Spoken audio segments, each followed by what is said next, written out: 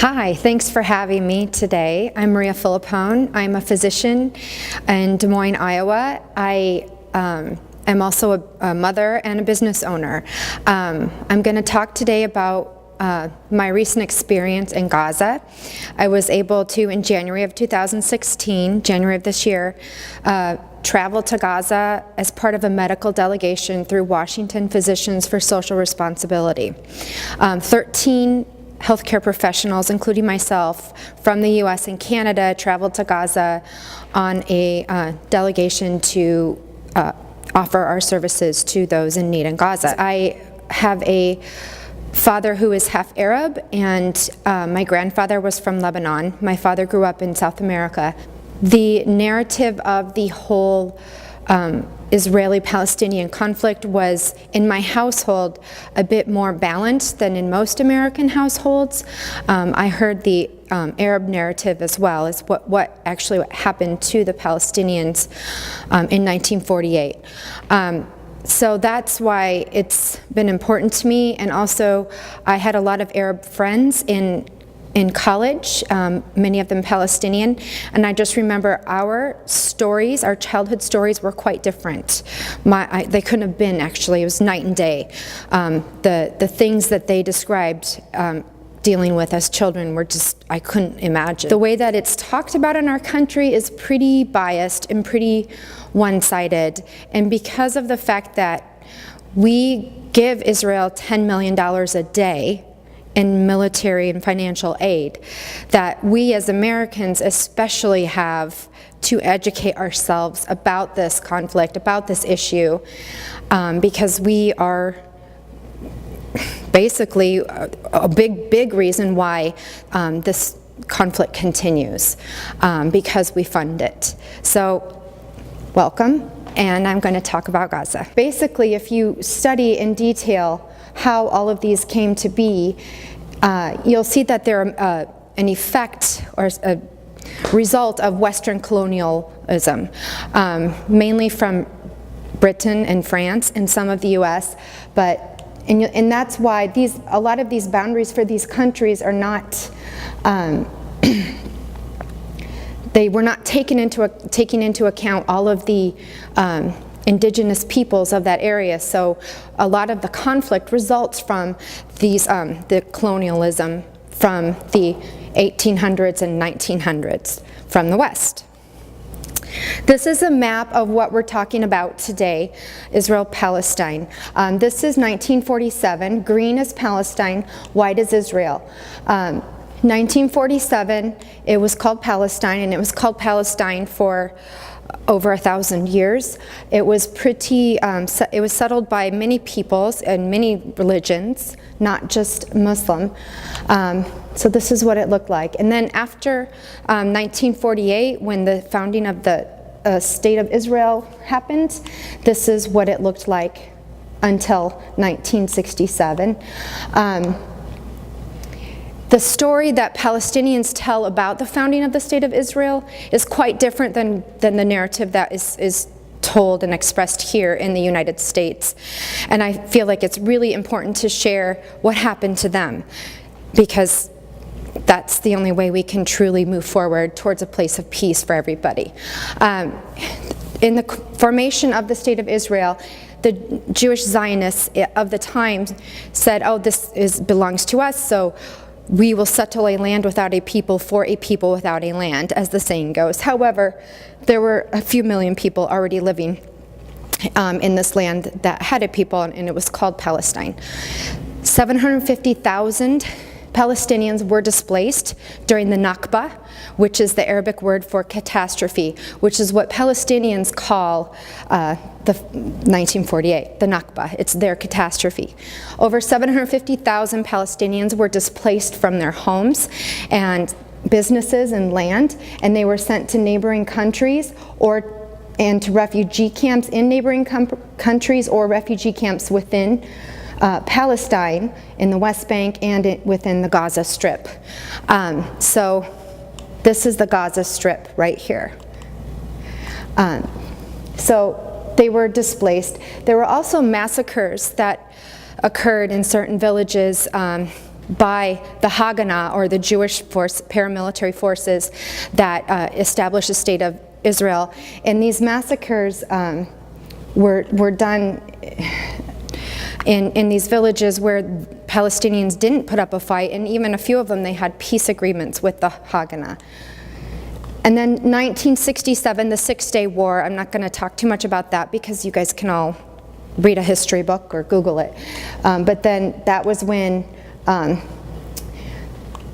Israel took more land by force, and Golan Heights and everything. And then this is what it looks like present day. However, there's even less green today than from here because this is an older map. When people talk about a two-state solution, I'm often very wary of that because if you just look geographically, it's not possible. And you'll see in my next slide another reason why it's not possible, because Palestinian villages and towns are split up into Bantustan-style ghettos. And that's a term, Bantustan, that was created during South African apartheid to describe where blacks were forced to live in South Africa. So this is also a two-state solution, makes them separate and unequal. More on that later if you guys want to hear more on that.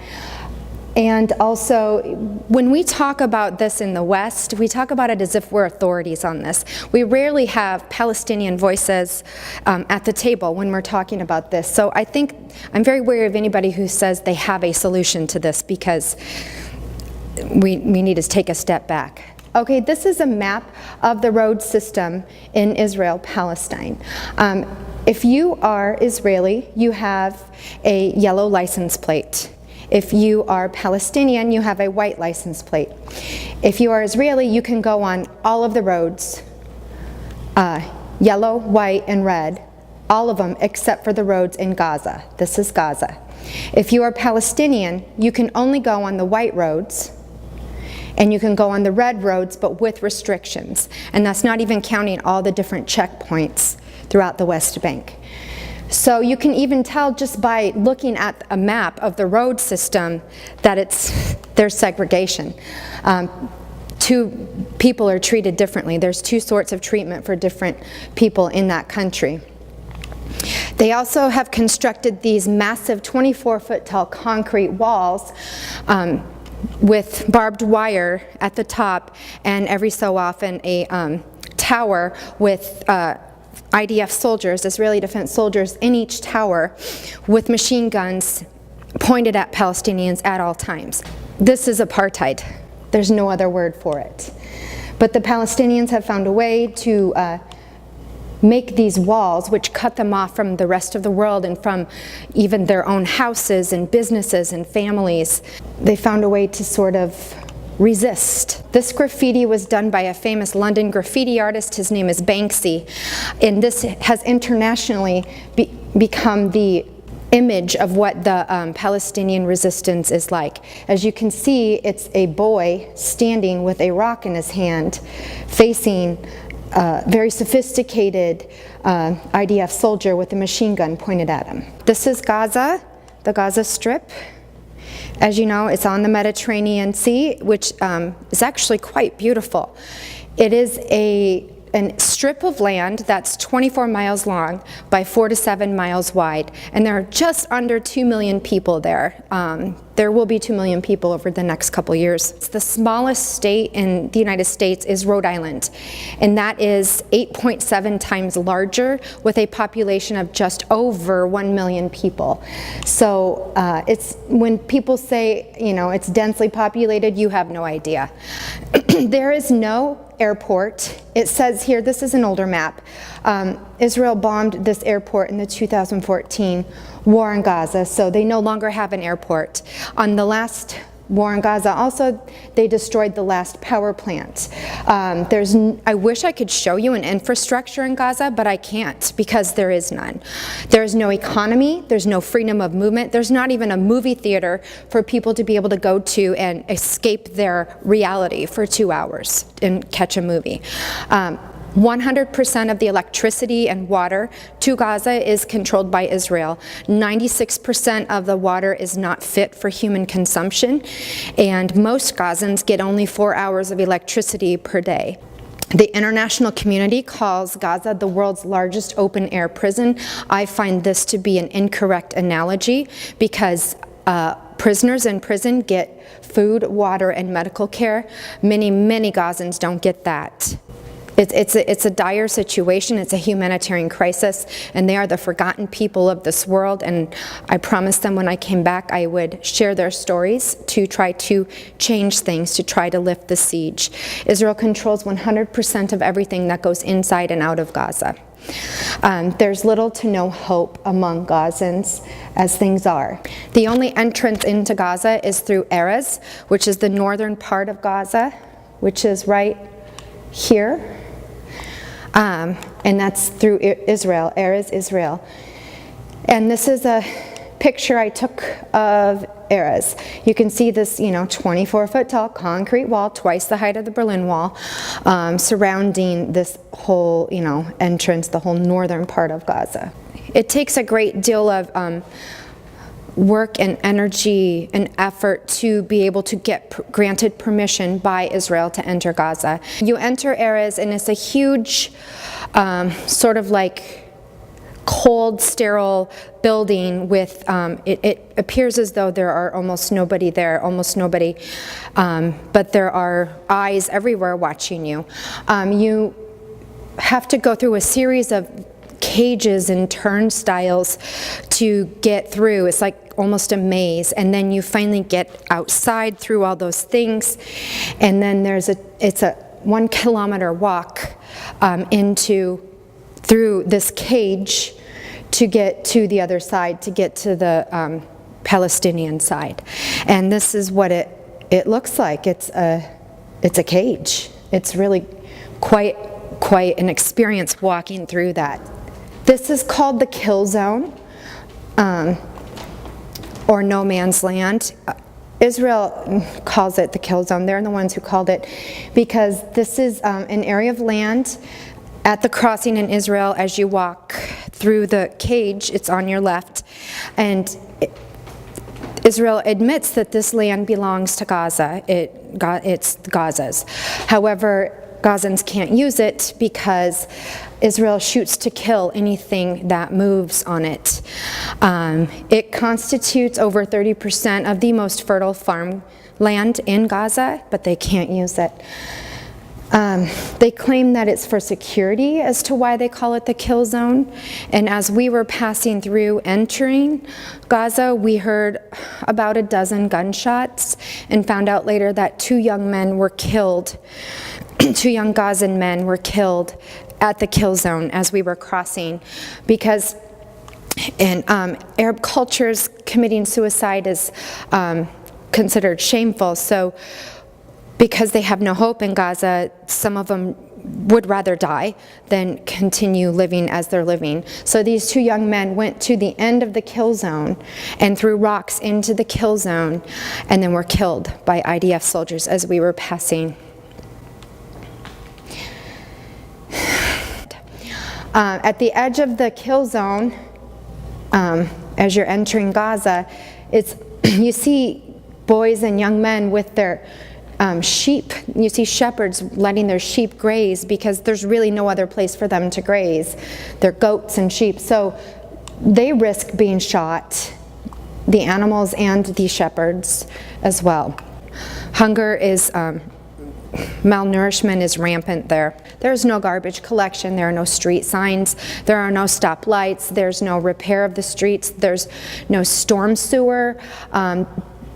It's incredible. When it rains, things flood very easily because there's no sewer system. It's incredible that people are forced to live under these conditions. And the one thing, there were a lot of veterans on this trip, people who had been to Gaza before, healthcare professionals, and they all said the same thing, because many of them had gone right after the 2014 war in Gaza, and they all said the same thing independently of each other. They said, wow, you've done a lot of cleanups since the last time I was here. And I thought, whoa, that's cleanup? I can't imagine what it was like before. And then they also said, there's no hope. Palestinians always had hope, but there's no hope among Gazans anymore. When I was there, I got to visit 2 orphanages and many women's clinics, breast cancer clinics and women's empowerment clinics, women's health clinics, stuff like that. And it was really, really amazing. It's beautiful to see how, you know, they make the best out of everything. I don't think we can imagine that in this country. But, you know, that's on the side of this orphanage, there's still a hole from the last war, from being shot at, and, you know, a drawing of a child. These are children, and they are everywhere and beautiful. These are bombed out cars from the last war, and this is the highest point in northeastern Gaza overlooking Shijaiya, which is a neighborhood in Gaza City, northern part. It's the most densely populated neighborhood in Gaza, and you can see how densely populated it is just from this picture.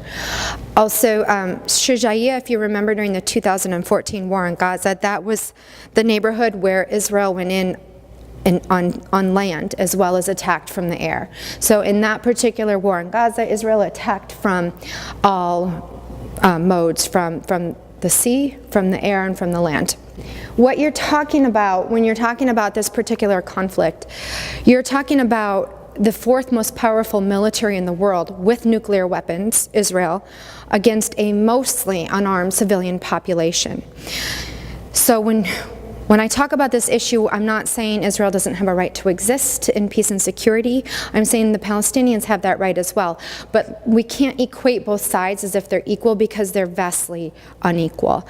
And it's absurd to talk about this issue as if both sides have equal culpability, because they don't. After the 2009 offensive, depleted uranium was found in craters from Israeli missiles by Italian teams, it was by independent Italian health teams. Israel never admitted to using depleted uranium, but they did, however, admit to using white phosphorus in that 2009 attack on Gaza. If you want to know what white phosphorus is, just Google it and see what it does on skin. It's horrifying. Since then, after that, in the 2012 attack on Gaza, all the labs were destroyed by Israel. So there's no way now to check and see what they're exposed to.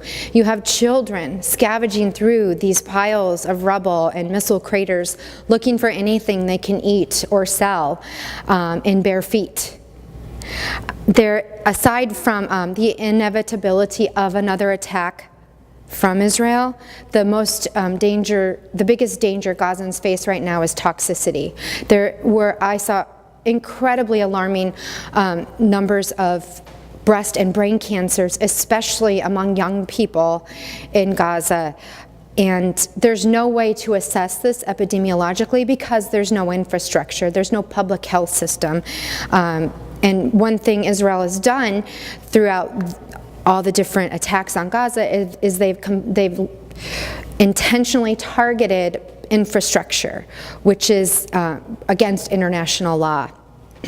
Just a side note too, there is, if a child is 7 years old in Gaza, they've already lived through 3 wars. In the 2014 war on Gaza, which we all remember, it was only 2 years ago, 30,000 bombs were dropped onto Gaza by Israel. 10,000 of those bombs did not explode.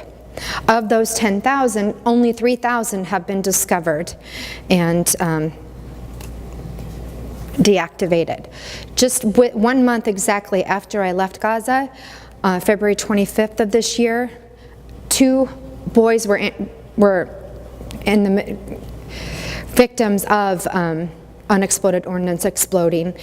A 5-year-old boy was killed and his 6-year-old brother was injured when unexploded ordnance in the refugee camp of Jabalia exploded. I was able to go to Jabalia a few times when I was there, and Jabalia is the most densely populated refugee camp in the world.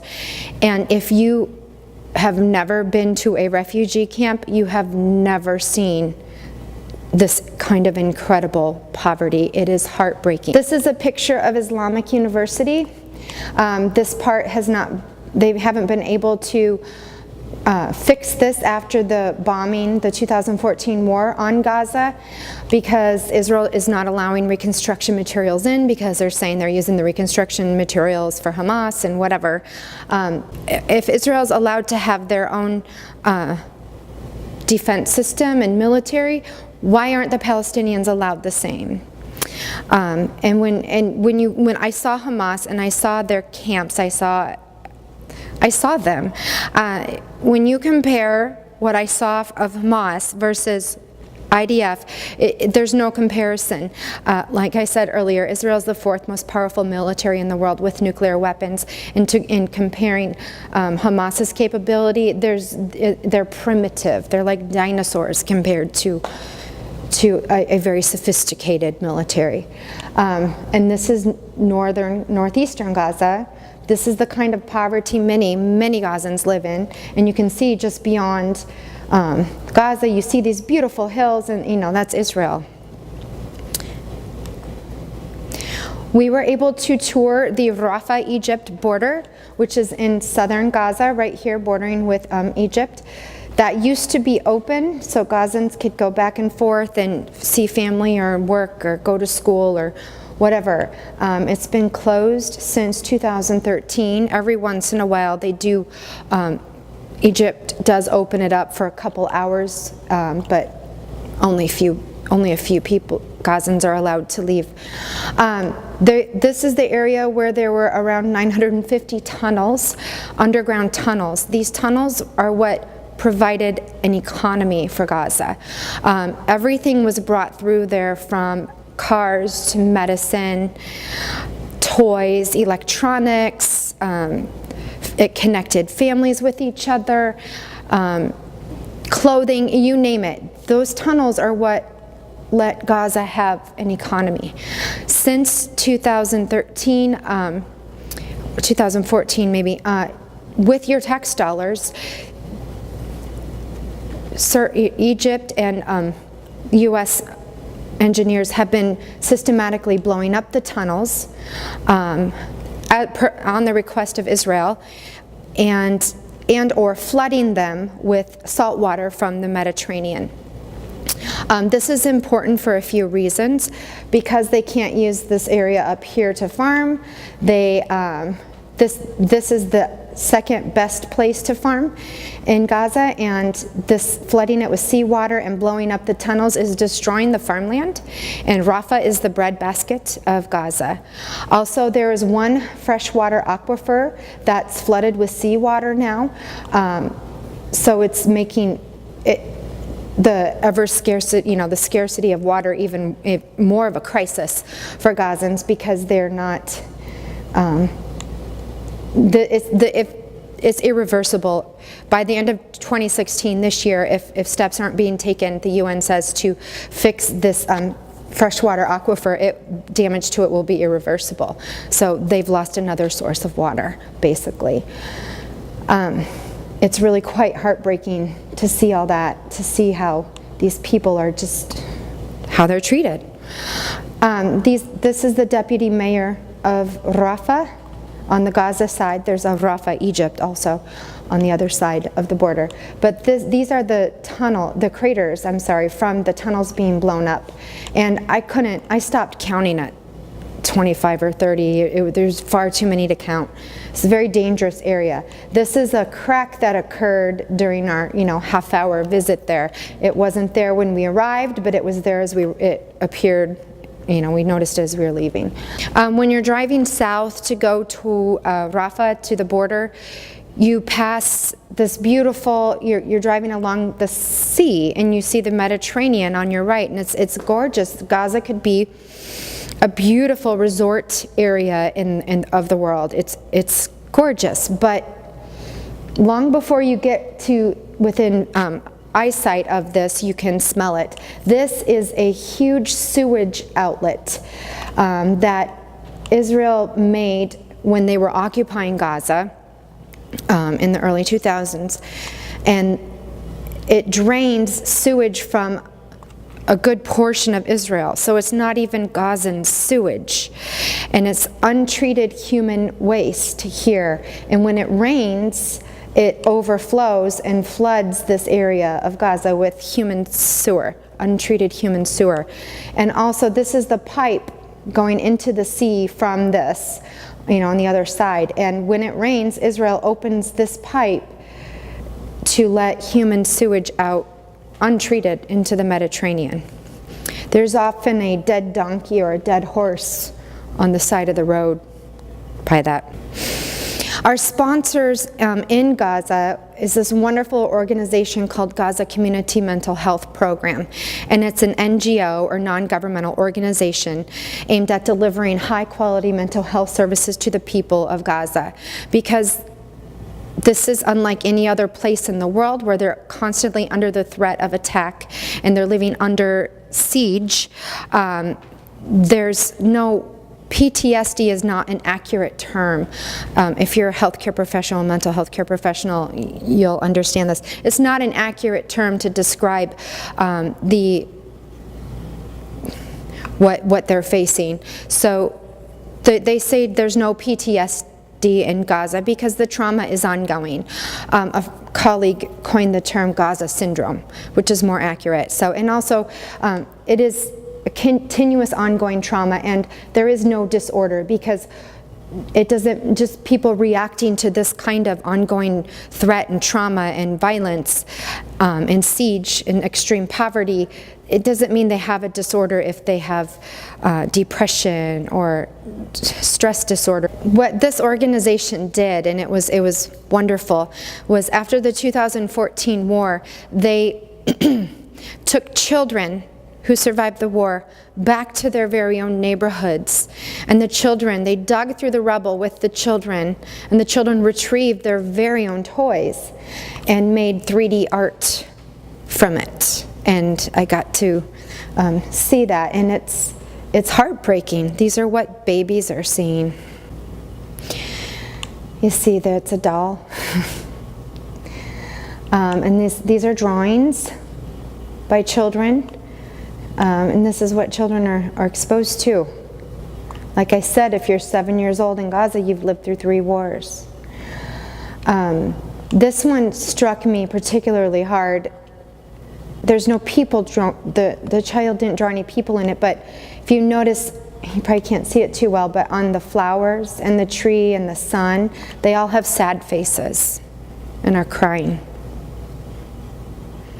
And they're getting bombs dropped on them. One child found his SpongeBob pillow, and I love to show this to kids because I say, look, they're just like you, they want to just be like you, they want to, do the same things as you, they're just kids. This is what's called a fanus Ramadan, which is, fanus is basically lantern, and it's what children get during the month of Ramadan, the holiest month in Islam.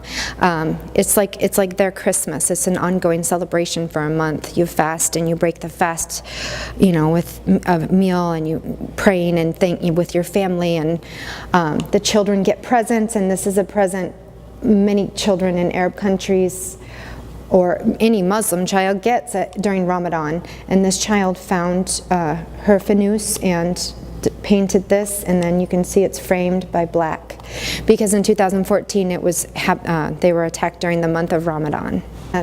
Everybody was so incredibly friendly and kind and loving, and everywhere I'd go I would end up with sometimes 200 or 300 people walking with me to talk, say, where are you from? And I said, the U.S., and welcome to Gaza, why are you in Gaza? And I would explain, and then say, what do you think of Gaza? And I said, I love Gaza, and I got mixed reactions. I got all the way from, oh, it's terrible, it's horrible, to okay. And They all said the same thing. I am not Hamas. I am not Fatah. I am a person, just like you. Lift the siege. I want to live in peace. During the 2014 war, in the middle of the afternoon, in the middle of the week, there were all these international news crews having tea. It's a really beautiful restaurant too, and it has these great big windows that overlook the sea. It's very beautiful. But these international news reporters were having tea in this restaurant, and actually one of them, an MSNBC reporter, was just playing soccer, kicking a soccer ball around with 4 boys on this beach in front of the restaurant. And the 4 boys were cousins and brothers. They were part of one family. And the reporter stopped kicking the ball around and walked away, and moments later the IDF shot and killed these 4 boys, thinking they were, because they claimed it was they were a threat. They were kicking a soccer ball around. Every inch, every centimeter in Gaza feels like sacred ground because someone's died there violently because of the occupation. This is a picture from Islamic University. They still can't repair these windows because they don't have materials, and it was winter when we were there. It was very cold. All of the free schools in Gaza are UN, from the UN. And Palestinians pride themselves on the fact that education is and has always been very, very important to their population. For example, the illiteracy rate among Palestinians is 3.7%. The illiteracy rate, by example, in the US is around 14%. So everybody's very highly educated and values education very much.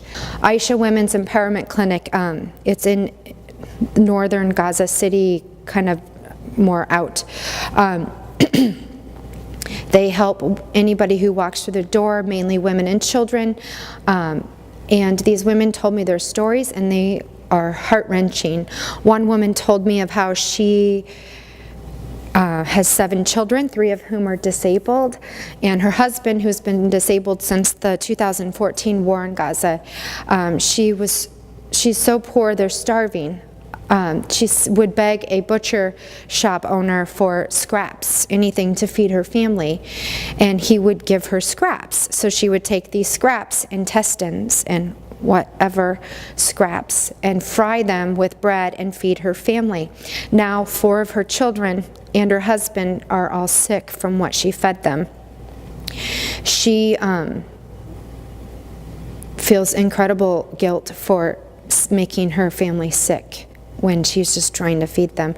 She was sobbing when she was speaking to me and pointing to her clothes and her shoes, saying, everything I have from this clinic. They've given me everything. I have nothing. One woman said to me, in the US, humans have rights, and even animals have rights in the US. Why can't we have those same rights? We're human. We're people. Another woman told me, and they told me all these stories with their children and sitting right next to them, and there's no censoring things in front, because the children live this misery too.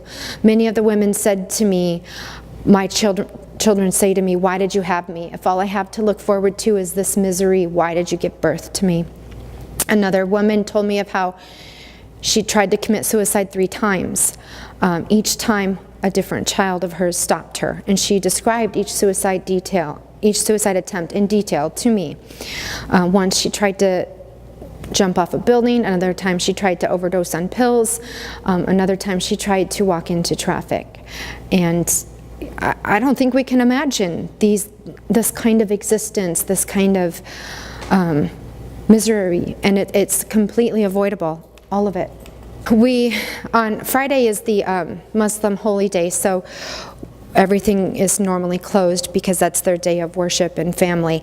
So instead of working, we got permission to take a tour of northeastern Gaza, and this is difficult to do because well, it's very dangerous because IDF routinely just shoots at random into these areas. People are still living in these buildings that are crumbling. You know, it's incredible. They're not allowed to rebuild, and they're still living in these. This is in northeastern Gaza. Also, this was where Al Waifa Rehabilitative Hospital stood. And in 2014, Israel told the people running the hospital to evacuate the hospital because it would be bombed. So they evacuated because their claim of bombing it was there are weapons in there, and they evacuated all the patients, and it was bombed and no weapons were found.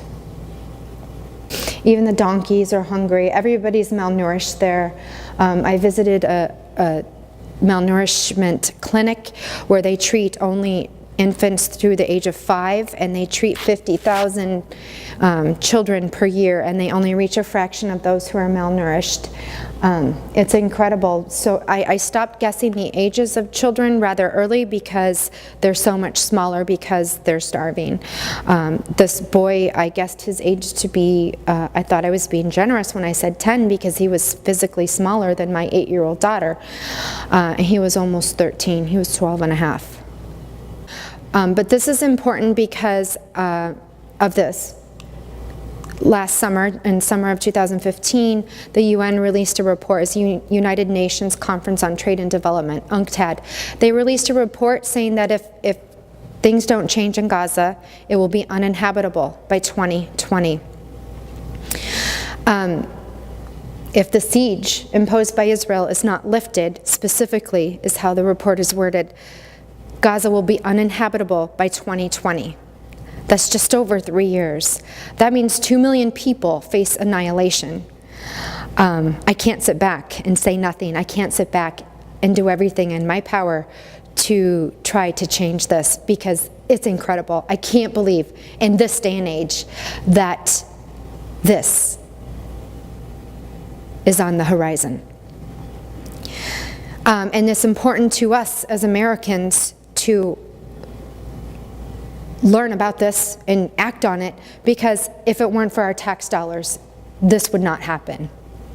International waters don't start until you're 20 nautical miles offshore, meaning fishermen of that country should be able to fish at least up to that or almost up to it. The fishermen in Gaza, they get shot at or arrested and detained if they go more than 5 or 6 nautical miles offshore. Israel says they won't. After the 2014 war, they said, "Oh, we'll let you go 6 nautical miles." Well, oftentimes that's not even the case. They're shot at or detained, and their boats are seized, or they're killed. And this is important because the people in Gaza are starving because there's no food or very little food. And also, it's quite overfished. When you get up to 4 or 5 nautical miles offshore, there's almost no fish. So to get more fish, to be able to get more fish, they need to be able to go out further, but they get killed if they do. Bethlehem is part of the West Bank. 87% of Bethlehem is inaccessible to Palestinians. There's a 24-foot concrete wall, which I showed you before, twice the height of the Berlin Wall. The IDF routinely uses tear gas and rubber bullets on Palestinians in the West Bank if they demonstrate, or even if they peacefully demonstrate to resist occupation, or even if they're not demonstrating. So it's very, very dangerous. They live under a constant context of violence. And you can imagine what that does to a person physically and psychologically. This is if you look over here is where Conflict Resolution Center is, and then go across this little yard, and then this is the wall, a tower where there were soldiers in there watching us the whole time, and then this is a cemetery right here. And the day that we visited Conflict Resolution Center, a few hours earlier, there had been a funeral for a Palestinian boy in the West Bank who was killed the day before by IDF soldiers. And during the procession to the cemetery to bury the boy, some youth threw rocks at this. And the retaliation by IDF was this. They threw tear gas canisters, they shot rubber bullets at them. These are what we picked up on the street, right next to the cemetery. And down this street, this is the entrance to Aida refugee camp, a refugee camp which was founded in 1948 for refugees, Palestinian refugees who were expelled from their land, and where descendants of them, and many of them and their descendants live today. But I took this picture, it was around 5 o'clock, 4:30 in the afternoon, and it was completely silent, nobody was out. It was because that had happened a few hours prior. We could still smell and feel the tear gas in the air. It was so strong. And this is, made in the USA. That's what they see of us. Thank you. This is a medium-sized tear gas canister. I was told they said, do you know how tear gas canisters are distributed? I said, no. And there are two different kinds. There's one that they throw, and then there's another kind that they shoot through a gun. And they have small, medium, and large. And the large ones are about like that. And the medium ones are that, and then smaller. And they come out, I've never seen the actual gun they shoot them out of, but they shoot out 30 canisters per minute, I think. I'm not entirely sure on that, but many, many, many canisters at a time. And just the impact of one can hurt or kill a person, and the actual tear gas can cause respiratory failure and arrest, as well as irritation, respiratory irritation. And then also a rubber bullet is just a rubber-coated bullet. They still kill. This was my favorite piece of graffiti that I saw. The sun shines everywhere, meaning you can't stop it from hitting me too. I took this in the Arab quarters in the old city, and it's where two Israeli settler families have kicked out two Palestinian families from their apartments in the old city, and just taken over the apartments. Well, once you have that presence there, then that means IDF follows and has a presence there as well. One thing I want to point out, which is what I think Miko Peled said recently, is we allow, in our narrative of this issue in this country, we allow for Palestinians to be victims or terrorists. We don't allow them to be resistors against occupiers. And that's an important point to make. We need to go back and read about this. And it's not anti-Semitic to question the policies of a government that take away rights from many of the people in that country, and that have really, really terrible apartheid segregationist policies. It's not anti-Semitic to question that. And just even the term Semite is consistently misused in this country. A Semite refers to a language group. It does not refer to a religious or an ethnic group. It refers to anybody who is who's part of the language group of Aramaic, Arabic, Phoenician, or Hebrew. So if you want to talk about anti-Semitism, there is a lot of anti-Semitism about Arabs, against Arabs in this country. Arabs are Semites too. Okay, Democracy Now! Seems to be the only American media source I've found that offers the Palestinian narrative, offers an alternative way to talk about this issue other than from the pro-Zionist point of view. Another point I like to make when I talk about this is there is a difference between Zionism and Judaism, and there are many brave Israeli voices who are working for justice for Palestinians. So we can't discount those. The first voices I usually point people to, not because they're more valid, but just because they're Jewish voices speaking out about this. And sometimes when we hear it from that side, we maybe take it a little more seriously. But it's Noam Chomsky, Miko Peled, Gideon Levy, Ilan Pappé, Norman Finkelstein, Dan Cohen, who founded Mondoweiss, a Facebook page. Haaretz is a publication in Tel Aviv Gideon Levy writes for, and it's pretty good. Jewish Voices for Peace here in the U.S. These are all beautiful Jewish voices who are speaking out about this. And I implore us, we must do something about this. After you read and listen to, go to YouTube and Google all these names. After you read and listen to these people, then read the Palestinian voices who talk about this. Edward Said, Ali Abu Nima, there's a Palestinian poet, her name is Rafif Ziada, and she's amazing. Electronic Intifada is all about Palestine and Palestinian rights. Also support the BDS movement, international call for the international community to help end the occupation and the mistreatment of Palestinians. And it's a nonviolent, really effective tool to work for change. And it was modeled after the boycott that ended apartheid in South Africa. So it's excellent. And also like the Rachel Corrie Foundation for Peace and Justice. They do a lot of wonderful work. Don't take my word for it. Read the actual UN UNCTAD report about how Gaza will be uninhabitable by 2020. Read it.